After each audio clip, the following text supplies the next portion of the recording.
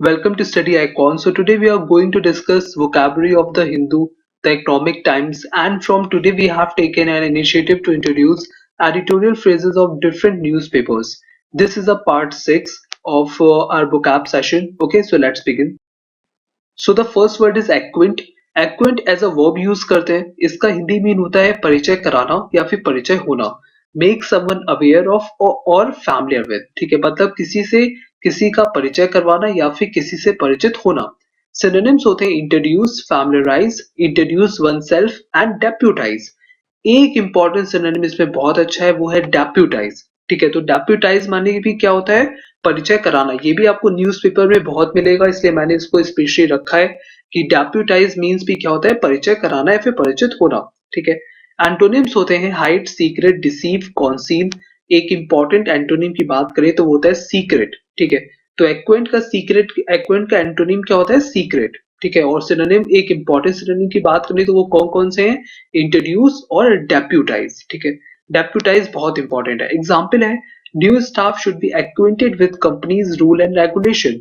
जो नए कर्मचारी हैं, जो नए स्टाफ है, उनको कंपनी के रूल एंड रेगुलेशन से परिचित होना चाहिए. जो भी कंपनी के नियम है उनसे परिचित होना चाहिए. ठीक है. मेमोरी टिप, जैसे आपको आपने ऐड देखते होंगे, हेमा मालिनी एक्वा के प्यूरिफायर से हम सबको परिचित करवाती हैं. देखिए यहाँ पे क्या लिखा हुआ है, एक्वेंट. अगर इसका हम देखें तो यहाँ पे एक्वा हमें दिख रहा है, ACQUA. ठीक है, ये हमें एक्वा दिख रहा है, यानी हेमा मालिनी जो है वो एक्वा के ऐड में आती है. जो एक्वा प्यूरिफायर होता है उसके ऐड में आती है. तो हेमा मालिनी एक्वा के प्यूरिफायर से हम सबको परिचित करवाती हैं. ठीक है. आप नेक्स्ट इज हरैंग. हरैंग को हम as a noun and as a verb use करते हैं. ये बहुत ही इंपॉर्टेंट वोकैब है. इसका हिंदी मीन होता है भाषण, लंबी चौड़ी बातें बढ़ाना. अगर हम एक अच्छा मीन बताएं इसका, तो इसका होता है कि एक इफेक्टिव स्पीच देना.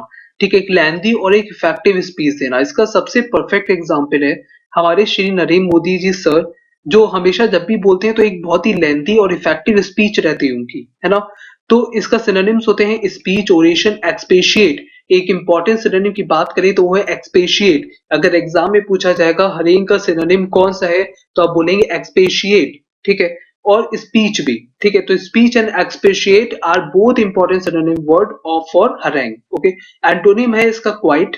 एग्जाम्पल है, during last month meeting the India president give a harangue against the new political party. लास्ट महीने की मीटिंग के दौरान, पिछले महीने की मीटिंग के दौरान इंडिया के प्रेसिडेंट ने एक प्रभावशाली भाषण दिया एक नई पॉलिटिकल पार्टी के विरोध में.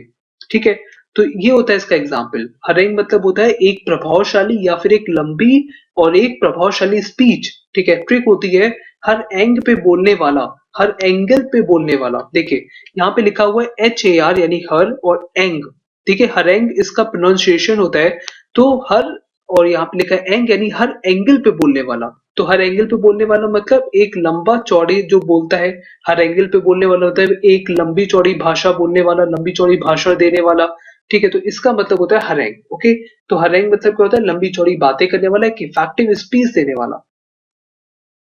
यहाँ पे एक एनोटेशन आता है, इसमें लिखा होता है क्लिक हियर टू वोट या फिर क्लिक हियर फॉर आंसर. इसका मतलब ये होता है कि हम आपसे कोई क्वेश्चन हमने रखा हुआ है, एक पोल डिजाइन करा हुआ है, तो अगर आप उसका आंसर देना चाहें तो आप दे सकते हैं. आप इस पे क्लिक करके आप उसका आंसर दे दिया करिए. ठीक है, चलिए next word is jeopard. Jeopard as a noun use करते हैं, बहुत ही इंपॉर्टेंट वोकैब है. इसका हिंदी मीन होता है खतरा, जोखिम या फिर संकट. ठीक है, डेंजर ऑफ लॉस, हार्म और फेल्यूर. सिनोनिम्स होते हैं रिस्क, थ्रेट, पिटफॉल, डेंजर, मेनस. तीन इसमें इंपॉर्टेंट सिनोनिम्स हैं, एक है रिस्क, एक है थ्रेट और एक है पिटफॉल. ये तीनों ही बहुत ही इंपॉर्टेंट है. अगर जेपर्ड का सिनोनिम पूछा जाएगा तो इन तीनों में से कोई भी रख सकते हैं. ठीक है, पिटफॉल बहुत इंपॉर्टेंट है. ठीक है, तो रिस्क, थ्रेट, पिटफॉल. एंटोनिम्स है एश्योरेंस, सर्टेनिटी, सेफ्टी, प्रोटेक्शन. एक इंपॉर्टेंट एंटोनिम की बात करें तो वो है सेफ्टी.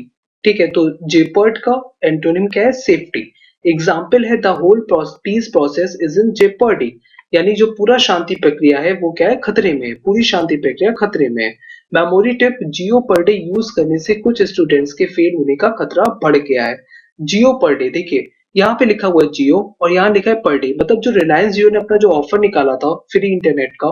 ठीक है, तो जियो पर डे यूज करने से, तो हम इसको क्या ऐसे लर्न कर रहे हैं, जियो पर डे.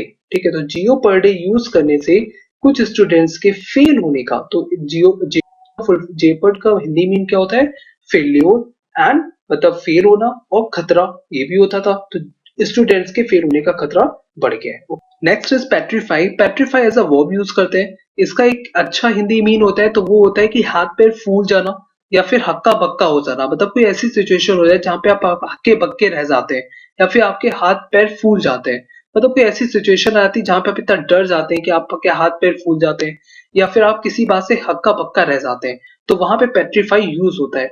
मैं इसको द इकोनॉमिक टाइम्स में रेगुलर देखता हूँ और पेट्रीफाई बहुत ही इंपॉर्टेंट वोकैब है, ठीक है। तो इसका इंग्लिश में होता है चेंज इनटू स्टोन या someone so frightened that they are unmakeable to move. मतलब कोई इतना डर जाता है कि वो चलने चलने मतलब चलने के लायक भी नहीं रहता, ठीक है। They are unmakeable to move. Synonyms होते हैं स्टीफन हार्डिन, एक इंपॉर्टेंट सिनोनिम की बात करें तो वो है स्टीफन। एंटोनिम होते हैं एश्योर, एंकरेज, कंफर्ट। एक इंपॉर्टेंट एंटोनिम की बात करें तो एश्योर। तो सिनोनिम हो गया पेट्रीफाई का सिनोनिम है स्टीफन और एंटोनिम है एश्योर। ओके, एग्जाम्पल है mathematics used to petrify IT minister KT Rama when he was a student. Mathematics जो थी वो केटी रामा, जो आईटी मिनिस्टर केटी रामा है, उनके हाथ पैर फुला देती थी जब वो स्टूडेंट थे, ठीक है। हाथ पैर फुला देना मतलब बहुत, मतलब इससे इतना डर जाते थे वो उस मैथमेटिक्स से, ठीक है। मेमोरी टिप है पेट डॉग को देख के उसके हाथ पैर फूल जाते हैं, ठीक है। यहाँ पे लिखा हुआ है पेट, यानी जो पेट होते हैं वो तो डॉग्स होते हैं, ठीक है। पालतू कुत्ते भी बोलते हैं हम, है ना, तो हिंदी में बोलते हैं पालतू पालतू कुत्ते। तो पेट यानी पैट, और ये देखिए डॉग है, तो पैट डॉग को देख के उसके हाथ पैर फूल जाते हैं, ठीक है। पालतू कुत्ते बहुत ही वफादार होते हैं, तो इसलिए पेट डॉग को देख के उसके हाथ पैर फूल जाते हैं। Okay, next is editorial phrase hear on the grep wine. ठीक है, ये एडिटोरियल फ्रेज भी है और ये एसएससी सीजन में भी पूछा गया है। देखिए hear on the grep wine मतलब ग्रेप वाइन मीन्स होता है चर्चा पर, है ना। इसका इंग्लिश मीन होता है to hear rumours about something और समवन। मतलब किसी चीज के बारे में या फिर किसी व्यक्ति के बारे में कुछ अफवाह सुनना, कोई भी अफवाह होती है उसको सुनना, रूमर्स को बोलते हैं अफवाह, ठीक है। तो hear on the grep wine means होता है चर्चा, ठीक है। ग्रेप वाइन मीन्स क्या होता है चर्चा, चर्चा पर। तो ग्रेप वाइन को आप अच्छे से याद कर लो, ठीक है। To hear rumours about something और someone. Example, I heard on the grep vine that he was being promoted but I do not know anything further. एक चीज और मैं बताना चाहूंगा यहाँ पे, देखिए आप जैसे क्लोज टेस्ट करते हैं तो क्लोज टेस्ट में कभी ऐसा भी हो सकता है क्योंकि अब ट्रेन बिल्कुल चेंज हो चुका है। तो देखिए यहाँ पे जैसे लिखा हुआ है I heard on the grep wine, हो सकता है यहाँ पे ऐसा लिखा हो आई हर्ड और फिर बीच में ब्लैंक हो और फिर लिखा हो द ग्रेप वाइन, तो प्रीपोजिशन पे वो पूछ सकते हैं इरर्स, ठीक है। तो I heard on the grep wine, ठीक है। तो प्रीपोजिशन पे भी ब्लैंक में पूछ सकते हैं, इरर्स में पूछ सकते हैं, तो इसलिए I heard on the grep wine होता है, ठीक है। तो I heard on the grep wine, ठीक है। मैंने चर्चा में सुना कि ही वॉज बींग प्रमोटेड, कि वो प्रमोट होने जा रहा था, but I do not know anything further, but अब मुझे आगे का नहीं पता, ठीक है। तो ये चीज होती है hear on the grep wine, एक बहुत ही इंपॉर्टेंट एडिटोरियल फ्रेज है। इसका मतलब क्या होता है, किसी किसी अफवाह, किसी चीज की अफवाह सुनना या फिर किसी के बारे में अफवाह सुनना, ठीक है। Okay, next is inexplicable. Inexplicable का एक अच्छा हिंदी मीन होता है, मतलब अगर एक अच्छा हिंदी मीन बोले तो होता है समझ से बाहर।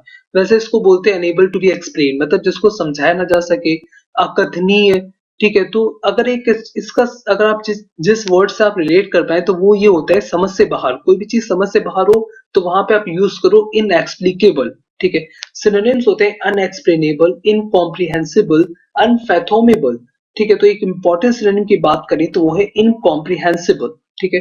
एंटोनिम होते हैं अंडरस्टैंडेबल, मतलब जिसको समझा जा सके। एग्जाम्पल है there is an inexplicable delay in formation of new political government. नई पॉलिटिकल सरकार के फॉर्मेशन में जो देरी है वो समझ से बाहर है, ठीक है। तो there is an inexplicable delay, ठीक। एक्सप्लिकेबल मतलब क्या होता है, समझ से बाहर। आप इसको इसी वर्ड से याद करो, ठीक है, समझ से बाहर, ठीक है। ये बहुत ही इंपॉर्टेंट वर्ड है, ठीक है। Okay, next is appellation. Appellation SSC season में ही पूछा गया है और ये द इकोनॉमिक टाइम्स का वर्ड है। इसका हिंदी मीन होता है पदवी या फिर नाम, नेम और टाइटल। जैसे हमने अपने महात्मा गांधी जी को बापू का एक टाइटल दिया था, बापू की एक पदवी दी थी, ऐसे इसी को बोलते हैं अपलेशन, ठीक है। एग्जाम्पल है the city fully justifies its appellation city of roses. मतलब जो सिटी है, जो शहर है, वो अपनी पदवी सिटी ऑफ रोजेस को पूरी तरह से सही ठहराती है। तो सिटी ऑफ रोजेस कौन सी सिटी कहलाती है, सिटी ऑफ रोजेस हम किसको बोलते हैं, ये जनरल अवेयरनेस का भी क्वेश्चन है आपके लिए।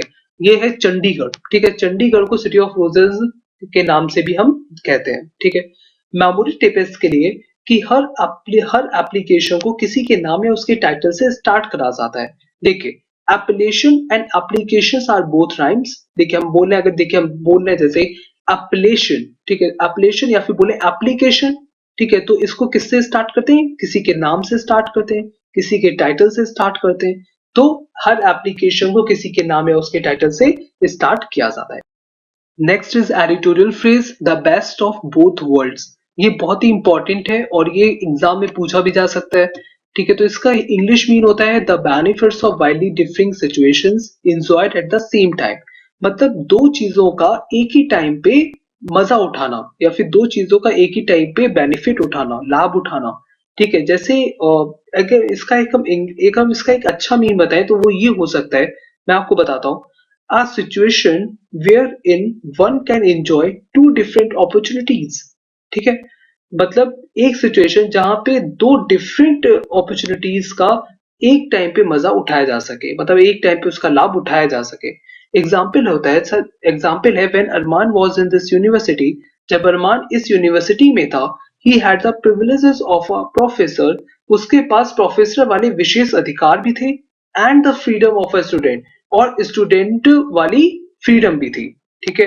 मतलब जो स्टूडेंट वाली जो फ्रीडम होती वो भी थी, और प्रोफेसर वाले विशेष अधिकार भी थे, ठीक है। प्रिविलेजेस के दो मीन होते हैं, एक होता है सौभाग्य, एक होता है विशेष अधिकार, ठीक है। तो देखिए इंग्लिश के मैं इसीलिए आपको दो डिफरेंट मीनिंग बताता जाता हूँ कि क्योंकि हर वर्ड के दो या दो से अधिक मीन्स होते ही हैं, ठीक है, क्योंकि इंग्लिश है। तो प्रिविलेजेस मीन्स होता है सौभाग्य और विशेष अधिकार भी, तो प्रोफेसर वाले विशेष अधिकार भी थे और स्टूडेंट वाली फ्रीडम भी थी। Next is green. Green as a verb use होता है और ये स्पेशल वर्ड है, चाहे वो कमेंट्री हो चाहे वो स्पोर्ट्स सेक्शन का पेज हो, वहां पे आपको ग्रीन वर्ड अब ऑफन मिलेगा, ठीक है। इसका हिंदी मीन होता है मुस्कान या मुस्कुराहट, स्माइल ब्रॉडली। सिनोनिम्स होते हैं गीगल, स्माइल ब्रॉडली। एंटोनिम होता है फ्रोन। फ्रोन एक बहुत ही इंपॉर्टेंट एंटोनिम है ग्रीन वर्ड का। एग्जाम्पल है Virat Kohli had a little green on his face as he won the toss for a second game in a row. मतलब लगातार दूसरे गेम में टॉस जीतने पर विराट कोहली के फेस पे हल्की सी मुस्कुराहट आई, ठीक है। तो ग्रीन क्या मतलब होता है? ग्रीन होता है मुस्कुराहट। ये बहुत ही अच्छा वर्ड है, ये बहुत ही अच्छा वोकैब है ये, ठीक है। मेमोरी टिप की गिरे हुए लोगों की सोच पे हंसी आ जाती है। मतलब जो गिरे हुए लोगों की जो सोच होती है उन पे हंसी आ जाती है। तो देखिए इसका मतलब है गिरन यानी गिरे, ठीक है। इसका अगर आप देखो तो इसका प्रोनाउंसिएशन कुछ ऐसा ही हो रहा है कि गिरे, ठीक है ना, गिरे यानी गिरे हुए लोगों की सोच पे हंसी आ जाती है, ठीक है। Okay, so that's all for today. And if you like the video, please do not forget to like and share with your friends. And मैं इसकी पीडीएफ अपलोड कर दूंगा फेसबुक पेज पे, आप वहां से ले सकते हैं। एंड आप सब्सक्राइब कर सकते हैं, अगर आप न्यू है तो आप सब्सक्राइब कर लीजिए, क्योंकि उससे आपको हमारी वीडियोस की अपडेट्स मिलेंगी, जो भी हम नए वीडियोस डालते हैं। तो आप यहाँ पे स्टडी आइकॉन चैनल, अगर आप किसी और प्लेटफॉर्म पे हैं तो अब वहां पे आप स्टडी आइकॉन डाल के आप सब्सक्राइब कर सकते हैं। ओके, सो आज के लिए इतना ही।